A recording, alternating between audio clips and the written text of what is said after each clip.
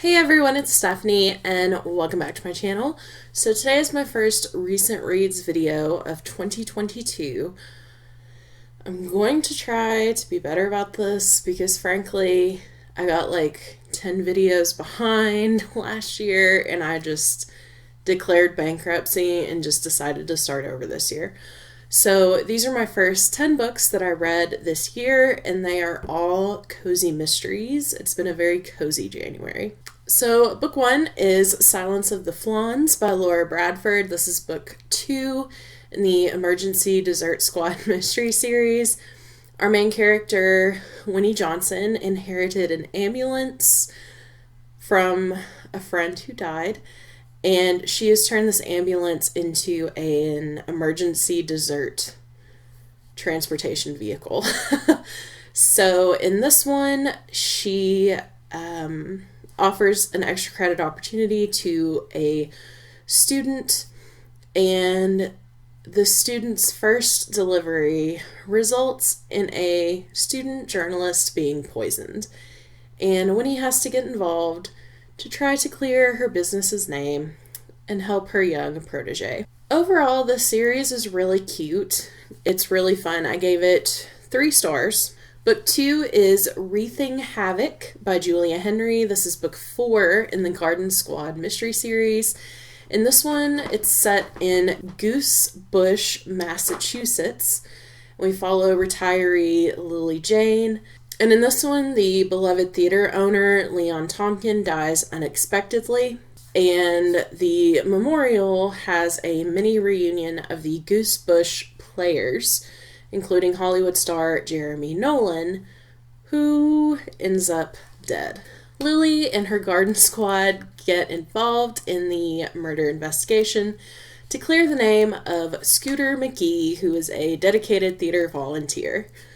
I really enjoy this series. I love the gardening theme. I love that it's set in Massachusetts, and I gave this one 4 out of 4 stars. Number 3 is Dial M for Moose. This is the 3rd and final book in the Emergency Dessert Squad mystery series. Again, we're following owner Winnie Johnson, and she has an order of motivational desserts for an artist's retreat, but she discovers the body of retreat owner Sally Deerfield inches away from 5 suspects to the murder. As per usual, she gets involved in the investigation and helps solve the murder. I gave this one 3 out of 5 stars. It was cute and it was fun. Number 4 is A Fatal Family Feast by Lynn Cahoon. This is book number 6 in the Farm to Fork mystery series, which is the cozy mystery series that I really enjoy. And this is set in Idaho, and we follow Angie Turner and her business partner Felicia Williams, and they own the county seat, which is a restaurant. And in this book, Felicia picks the county seat to host the reception for her wedding. Felicia's family is trying their best to put an end to this wedding, including arranging a surprise visit from Felicia's ex-fiance. However, her ex is killed mere days before the ceremony, and her fiance is framed for the crime. So Angie and the county seat crew have to scramble to solve this mystery. I gave this one 4 out of 5 stars. So much fun. I love the characters. Angie has this gigantic dog, Dom, and he is adorable.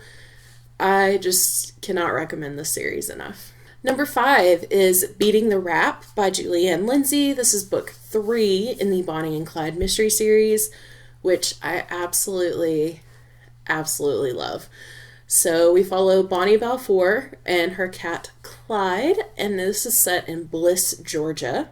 In this one, Bonnie owns a store, bless her heart, which is like a second chance shop for clothes and things like that. And she has a gift of gratitude display where people can leave messages telling how thankful they are for people in the town of Bliss.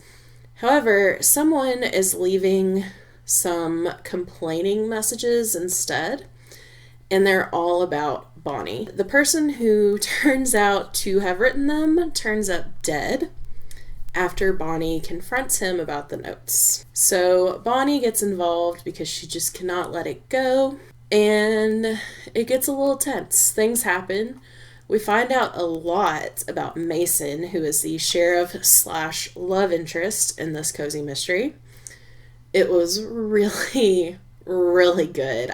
Every book in this series I have given 5 stars, and this one is no exception.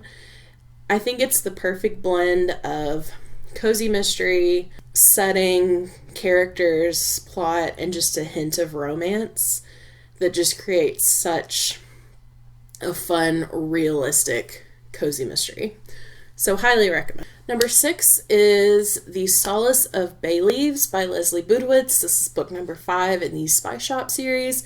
We follow Spy Shop owner Pepper Reese, and her store is set in the Pike Place Market. And in this book, Pepper's childhood friend Maddie is shot and wounded, and the incident is quickly tied to an unsolved murder that left another close friend a widow. She thinks that the secret to both crimes are tied up in the history of a once-loved building. Pepper uses her relationships and contacts and her wits to solve this mystery.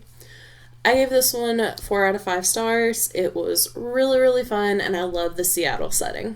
Number 7 is A Side of Murder by Amy Pershing. This is book number 1 in the Cape Cod Foodie mystery series. I really liked this one. I've never read a cozy mystery series set with a food writer, which was really fun. And this is set in Cape Cod, so I love New England, so that was automatically a buzzword for me. And in this one we follow Samantha Barnes, and she inherited her aunt's house in Cape Cod and moved back home and landed a job writing restaurant reviews. And while she is writing or tasting food for a review at the local Bayview Grill, a body is found floating in a pond outside the restaurant. And the drowning is called an accident, but Sam thinks it's murder, and she gets involved in solving the mystery. I gave this one 4 out of 5 stars. I thought it was really well written and well paced, and I'm definitely looking forward to the next book in the series. Number 8 is Dying for Strawberries by Sharon Farrow. This is book 1 in the Berry Basket mystery series. This is set in Oriole Point in Michigan, and we follow Marley Jacob, who is actually named after a Dickens character, and I love how much Dickens is mentioned in this book.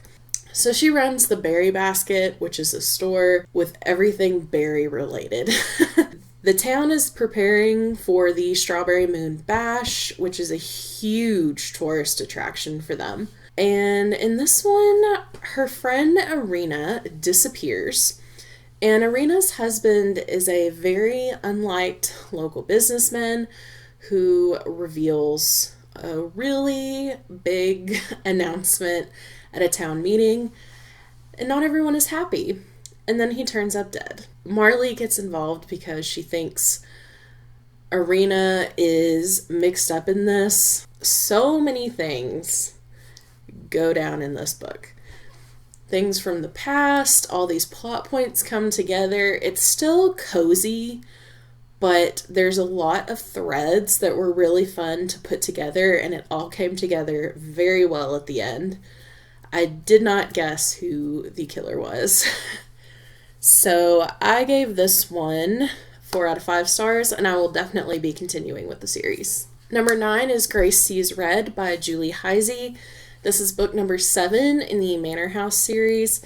This follows Grace Wheaton, who is the curator and manager of Marshfield Manor, and her benefactor, Bennett Marshfield, is trying to help her and her roommates Bruce and Scott with their wine shop troubles when Grace's trusted assistant Frances calls saying that she needs help, which never happens.